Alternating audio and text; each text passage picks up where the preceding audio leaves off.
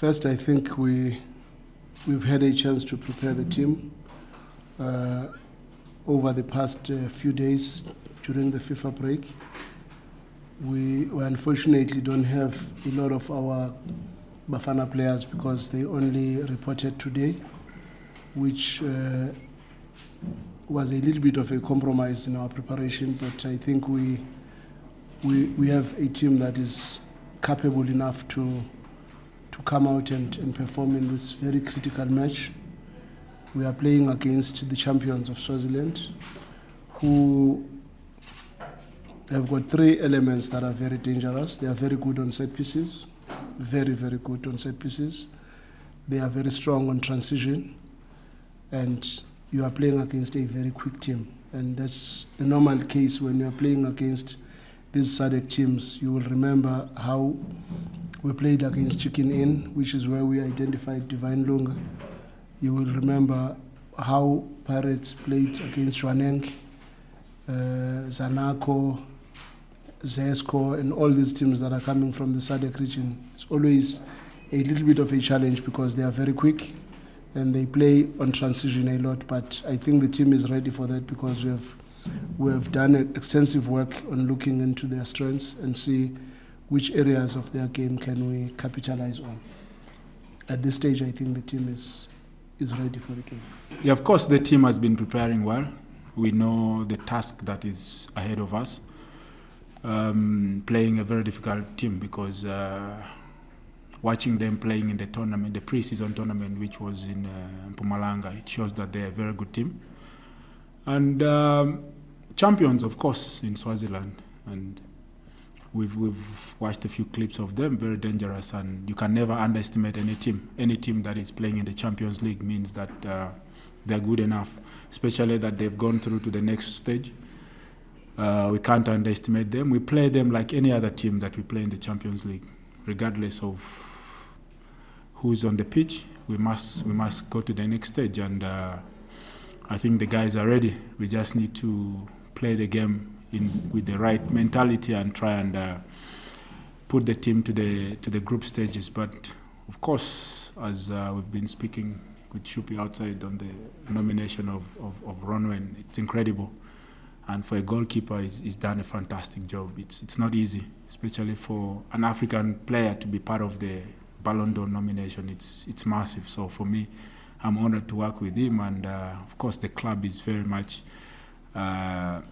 happy for him, and of course the national team, because he did a great job when he was with Bafana, and he showed leadership. So for me, the nomination means that he's been fantastic, and we hope for the best. The expectation is that whoever gets a chance to play for Sundowns must perform at the level that is expected.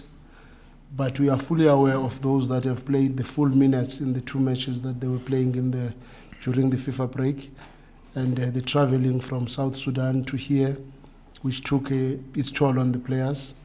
But unfortunately, when you are in a team like Sundowns, you must be prepared to carry that load, which is why even today they had to come back for regen and activation to make sure that they wash away that lactic acid and maybe start refocusing their energies on the biggest assignment that we have.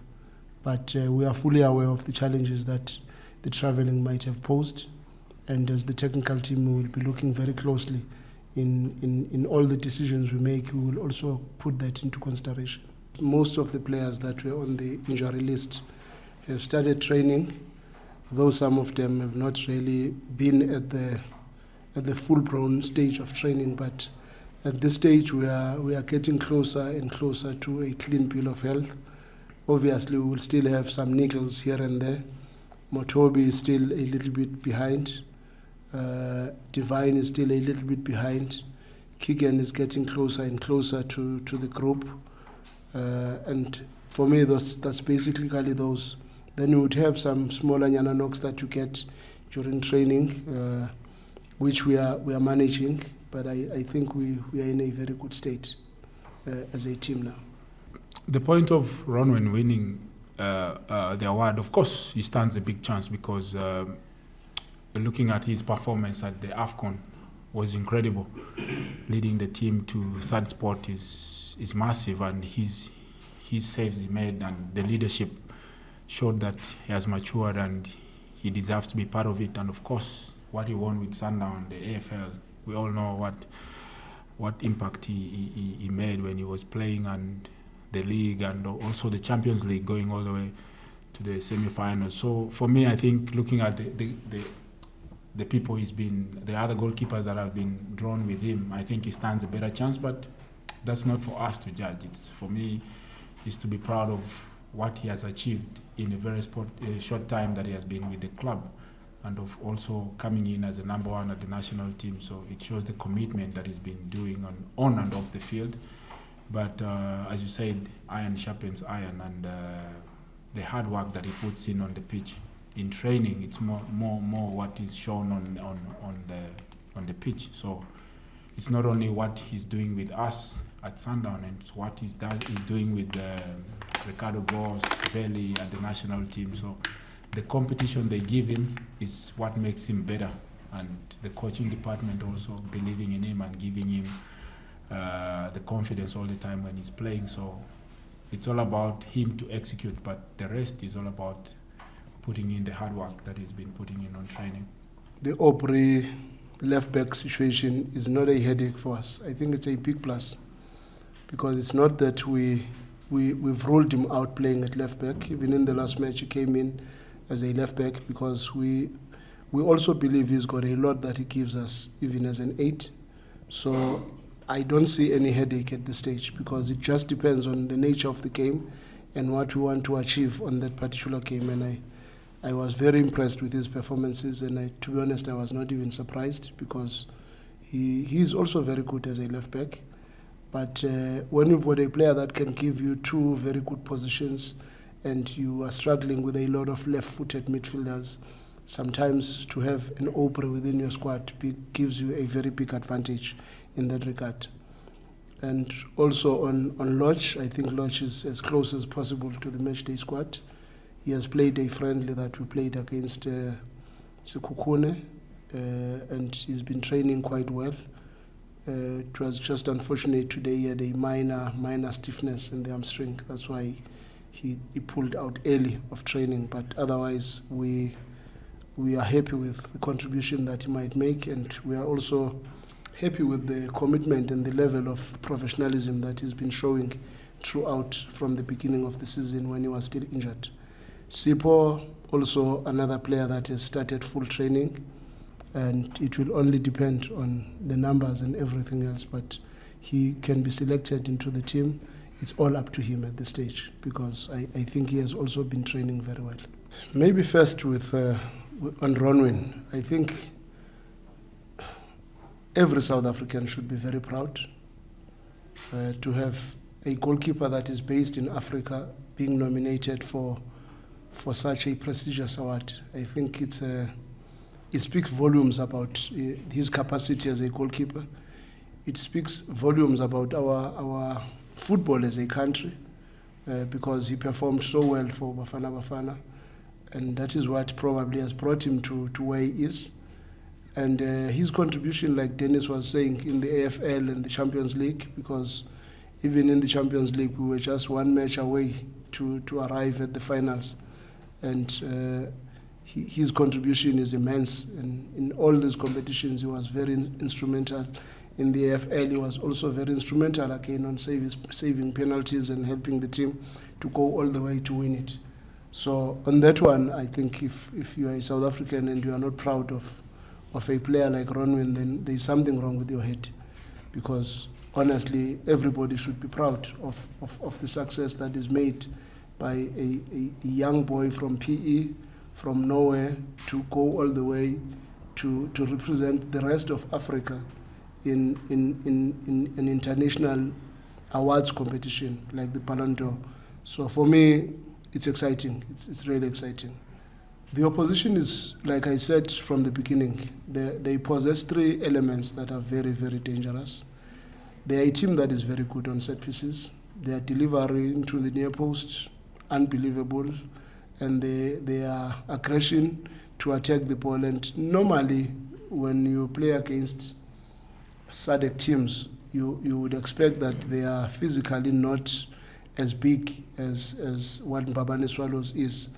But they've got wingers that are all very tall. Their strikers are tall. They're very quick. And when you already have two wingers that are tall, and you've got two fullbacks that are tall, and you've got two centre-backs that are tall, and you've got at least one central midfielder that is tall, already it shows that they are a team that pays a lot of attention on set pieces, and they are doing very well in that space. And the other big factor is their transitional speed from defense to attack. If your rest defense is not very good, they can always punish you.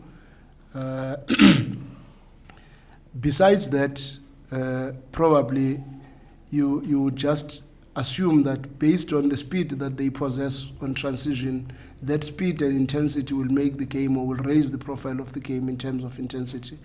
However, they do have some areas of weakness which we can capitalize on. I think they're a team that plays in groups, not very compact. They've got a defensive 5 and an offensive 5, and that opens them up a little bit sometimes. But that is also caused by their mentality to play that long ball to the striker, because their goal kicks are predominantly long balls to the strikers or the wingers, so that they can play from the second ball. So that stretches their team a little bit. But be that as it may, a game against Sundowns can be completely different from the games that they've played. And maybe their approaches might also be completely different as well when they play Sundowns. They might not be as adventurous and aggressive with both wingers and the striker in their rest attack. Maybe their wingers might drop back and assist the midfield in their 1-4-1-4-1 formation, which they normally employ when they are defending. So it's an area of their game that maybe might change based on the profile of the opposition that they are playing. But we are playing against a very, very decent team, I must tell you. I think that's a very big significance if you consider that we are only seeing Bafana players today. We are only seeing Peter Shalulile today. And if we were supposed to be traveling tomorrow, or maybe traveling today to Swaziland, it could have been even more difficult for us. But the fact that the game is played locally gives us a little bit of a chance to have our players, and also maybe for them to take part in our matchday -1 training without much issues, as compared to when they arrive late last night and maybe they have to travel with the team today, and on matchday -1 maybe they only have that session which could be an activation. But now, because they've been around and it's local, I think it gives us a little bit of a chance in our preparation. We need to approach the game with a good mentality, positive, playing like any other team, not to underestimate the opponents, because they're champions also in Swaziland. So you can't underestimate your opponents, regardless of which league they play in. They are in the Champions League, so that's the message that we pass on to the young players, to the new players who have not been at the Champions League before, and of course to the supporters, because it's very important for the supporters to come in big numbers, because we know that their supporters will come. So we at Lucas, they should come as well and support the team. They mustn't underestimate them, because we've seen things happening before where you underestimate a team and you get knocked out. So for me, it's more important for the players to have the right mentality for the game. Play it like you're playing the finals of the Champions League. So it's only being positive that will take us to the next stage. We have played teams like Chicken Inn at this stage of the competition, and they gave us hard time. We have played teams like Zesco. We know what this competition presents. We played against a team from Congo that not many people knew about. It was called Maniema. I think a season before last. We really struggled against the team in Congo. We were fortunate to go through, maybe because of the goals we scored at home. But the truth of the matter is, when you are playing the Champions League, you just have to respect. Many teams have bent their fingers by not respecting the opponents and thinking because we are playing in the so-called biggest league in Africa, we will walk, we are entitled to the results. It's a mentality that we try our level best within the group to make sure that everybody understands that in the Champions League there are no easy matches. We were all stunned in Congo against Maniema when they scored. And we all thought, what is this now that is about to happen? So again, when you are playing Mbabane Swallows, which has also shown that they are a very good team. Denis spoke about the tournament that they played in Mpumalanga against Chess Galaxy. We saw them against Beira on the 2 matches that they played. They also played against a team from Mozambique called Black Bulls, which I think was a very, very good game for Black Bulls, more than them. But we have looked at probably 4 matches that they have played, and we know what they are capable of. When we say we are not just playing pushovers, we are playing against a very good team that can upset us if the mentality is not right. What the message that we even shared with the players was, if we can match their energy, we can match their intensity, we can match their hunger, we will not win the match. But if we can match all 3, our quality will put us through. Because I still believe we've got a better team against them, but their level of effort will be amazing because of many other reasons that they may be playing for. Of course, every team wants to play at home, to use the home advantage, and as the coach said, the traveling, because those are the things that affect the team.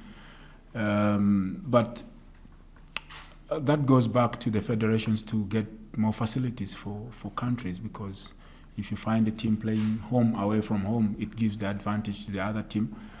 But of course, it also doesn't give more opportunities to the people in the other country to watch the game. So for me, I think it's very, very important to try and build more facilities so that we improve football on the continent, because this is our biggest challenge, that we as African countries, we don't have facilities to help football develop. And you go to a country where you have to play on artificial, where it's not right, and it doesn't go well with the players in terms of the quality of the game, and also the injuries are more difficult to deal with in terms of the knees. We saw when Bafana played in Sudan and the player got injured. The injuries are more dangerous than anything else. So for me, I think the most important thing is to get more facilities for players to play the beautiful game, because we're all looking at Europe, but in Europe they play on good pitches, stadiums are proper. So if we are to improve the game on the continent, we need to get the facilities and help also other countries to have more support in terms of home advantage. But as you said on the issue of, what was the second one? I forget. Your experience of playing in the tournament? Yeah, of course, because as we know, Champions League is the biggest tournament on the continent in terms of club, and of course the AFL. Not a lot of people might watch the league, but the Champions League is all over the world, and it gives more advantage to the players to show what they can do. You've seen players when they go play in the semi-finals or the group stages, because now the games are being televised. There's someone out there who's watching. I believe that even Ronwen's nominations, it's because he was playing in the big tournaments. And when you play in the big tournaments and you do well, that's when the world recognizes you and sees talent, because we have a lot of youngsters in the team that if they play in these Champions League games or the national team, they will also be recognized. You never know who might be watching to take him overseas. So it gives a very good advantage to the young ones and to the club to see different parts of the world, and also it helps the national team when they travel to go play in different countries, so they get more experience and exposure. So for me, I think it's very, very important for the clubs to take these tournaments very serious, whether it's the Champions League or the Confederation Cup, and also the national team. So it helps the country to develop in terms of getting results for the national team. When it comes to Uganda, I think it's a team that is in transition, trying to build a new team after most of us retired from the national team. There were challenges that they missed, I think, 2 AFCONs after that, but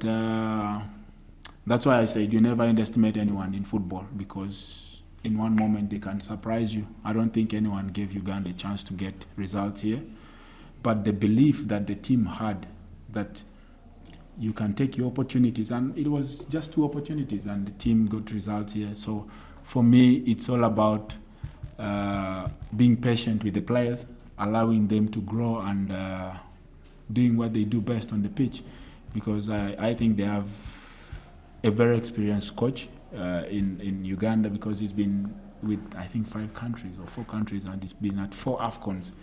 So I think that the effort that they put in at Orlando gave them a point, and going home to win. And of course, Bafana has to come to Uganda, which is very difficult. And now they know what Uganda is capable of. And I still wish both teams go to AFCON. And it was a very good game. I believe you all watched the game, and it was a very interesting game. But as I said, if you build facilities, they will help your players develop, and that's what Uganda has done. They built a stadium which is allowing other countries also to come and play home games, like Zimbabwe came to play in Uganda. Ugandans got a chance to watch Cameroon play there against Zimbabwe, and Kenya played there with Zimbabwe. So it allows other people to come and enjoy the facilities. But all in all, good 2 teams. Played very good football, and the fight was there. You saw there was a lot of fighting. So for me, I think it was a very good game to watch. On the finishing, I think we did get an opportunity to work in that aspect, but it's not yet at a level where we are panicking, because we've really had very good spells throughout our preparation phase, and if we start to panic, we will cause problems. But of course, you wearing that cap, you know better. You can train the strikers so much, but sometimes they may not score, having worked very hard on them. So it's very important to understand that sometimes in football, we don't achieve our objectives within a very short space of time. It takes time, and I remember at some stage, one team that I was working with, Coach Mandla in, he was working very hard on set pieces, and we were conceding on set pieces, and we were not scoring on set pieces, and he was panicking, and I said to him, you know, in football, sometimes you get rewarded when you least expect. And the first match we scored 2 goals was against Sundowns, and from both goals came from set pieces. And from there, we scored from set pieces probably for 5, 6, if not 7 games in a row. And we were no longer conceding. So in football, sometimes at the moment when you really put a lot of stress and emphasis in something, maybe you induce a little bit more of anxiety. And with a lot of anxiety, you must know precision will be compromised. But if people are calmer and you create a calm environment, in what you think at that point in time is not happening right, maybe that's when you create better possibilities to even use the opportunities that you get. I do believe we're still going to score a lot of goals. He has really done very well. We played him in one friendly. He has only played one friendly match with us, and he has scored already. So we are looking forward to us seeing more, because the reason why we brought him here is because we believe he's got goals. And that is what we've been lacking. And to be honest, we still have Peter, who has not scored, whom we know has got goals. We've got Lucas, whom we know has got goals. We've got Maseko, who's got goals. And we've got quite a lot of players that can still give us more. And Aduriz can still give us something. But we are very excited that Ikram probably even did not get as many game minutes during the FIFA break. Maybe that might give us a little bit of an edge to try to use him for this match as well. Yeah, it's a little bit of a tough one, I must be honest, because you also don't want to induce stress and pressure on him. It's very important that we manage that arrival and that integration very well, because it can also destabilize our change room, because sometimes we as coaches, we tend to look down on what we had before other players arrived. And that makes a very big difference, and it can cause a lot of problems in the change room, because I do believe when we bring a player like Ikram, it's because we want him to add on what we have. But it's not that we want to minus certain individuals in the team, and it becomes very bad when in the beginning of the season you have not scored goals, and now you want to prioritize making sure that you use particular players and at the expense of other players, because you don't want to kill anyone. You want everybody to still remain with a belief that I still have a chance here.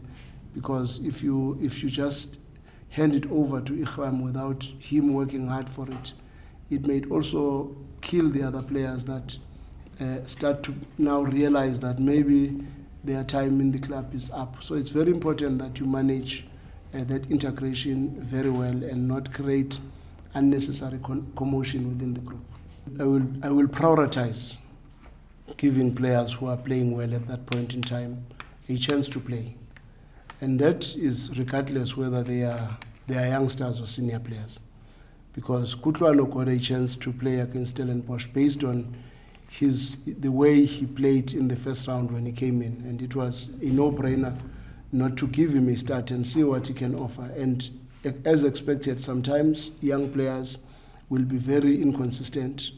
But in a match where I think he did not have a very, very good match, but he still created a very good chance for Mudau. Had that chance been scored, maybe we'd be talking a different story. But be that as it may, it will always depend on what the players are showing at that point in time. And if you look at how Mapena performed even in the DDC this past weekend, it was exceptionally good. And Kutlwano, who had played in the first team, because youngsters fluctuate like this, did not give the performance that one would have expected. But now Mapena is the one who is coming up. And Mapena, when we started preseason, is the one who was very hot. He was very strong. In the early stages of the season, I remember when we played Sekhukhune before we left for Austria, Mapena was on fire. And when we went to Austria, he was one player that had shown a lot of good signs, but we fully understand that youngsters do not stay as consistent as you would want them to be. Now Mapena is coming up again. Kutlwano had a game that was not at the level of Mapena, but that does not mean Mapena now is ahead of Kutlwano, because you will be surprised that on Saturday maybe Kutlwano again will claim his place. But with youngsters, you must expect that fluctuation. But sometimes in a club like Sundowns, there is no room for that. There is no room for the fluctuation. So the youngsters must also learn quite fast that they have to stay consistent. But honestly speaking, the youngsters that we have within the first team, I think they are as close as everybody else to play a match. To be honest, for me, it's never about setting a tone. It's about winning a football match. Because the dynamics of every match will always create problems for you if you're coming with a mentality of thinking you are going to score a lot of goals. The game itself will tell you which direction it wants to take. Because I remember in the MTN 8 in the past, we went to play against Bloemfontein Celtics. And everybody would have thought we are going to try and score a lot of goals and have a very good start in the season, and we lost 5. So it's very important to respect the opponents and not go into a game with a preconceived idea that this is a game where you need to stamp your authority. Go into a game with an open mind, with a lot of respect and humility to play against any opposition with the same respect that you would give if we were playing Ali or we're playing Esperance. We would give the same respect, because a game of football requires that. And worse on matches where everybody expects you to win. Those are the games that, for me, are the most difficult, because those are the games where sometimes players would lack intrinsic motivation, and they rely more on the coaches and the other senior players like Denis making them aware that, hey, you cannot take this game for granted. Anything can happen. Because I think the suffering of Pirates last year was not because of the quality of the Pirates team against Jwaneng. It was more on the mentality of the players, how much they wanted the match. But when you think, no, you are playing, and it happens a lot even in these cup games like Nedbank Cup, where you're playing against an unknown team, and you will know many teams that have suffered against these so-called smaller opponents because of the mentality, not because these smaller opponents were exceptionally good. But because if the mentality is not right, you end up not doing well. And if there is anything that I would worry about going into this match, because I also think the reason why we did not win against Stellenbosch was not because we did not have the capacity to win. I think the capacity was there, but if the mentality and the level of focus is not where you want it to be, you will always get punished in matches like those. You'll always be second on every duel, on every combat. You are always late, and it shows you the state of mind and the level of focus, and maybe how much respect are you giving to the opponent sometimes, because that for me is the most important thing when you are playing matches like this. That is why I always say to people, you will never win a championship if you've got small games. If in your mind you're thinking, no, when I'm playing a small team, we will win this one, you don't be surprised with the teams that do not win the league. It's because they don't play these so-called small teams with the same mentality, same aggression. Because you will beat Sundowns, but you lose against a smaller team. Then Sundowns maybe will make sure that they win the smaller games, and maybe they lose against you. But how many are you? Because this football for me is very close to politics. Because in football we've got so many of the so-called smaller teams and very few of the big teams. So if the big teams beat you, but you win all the small games, you win the league. So the same thing with the Champions League game like this. If you take this game for granted, because there will be so many of these teams in the Champions League, so you might not win the Champions League. But if you beat all these so-called smaller teams, then you've got a better chance to see the light at the end.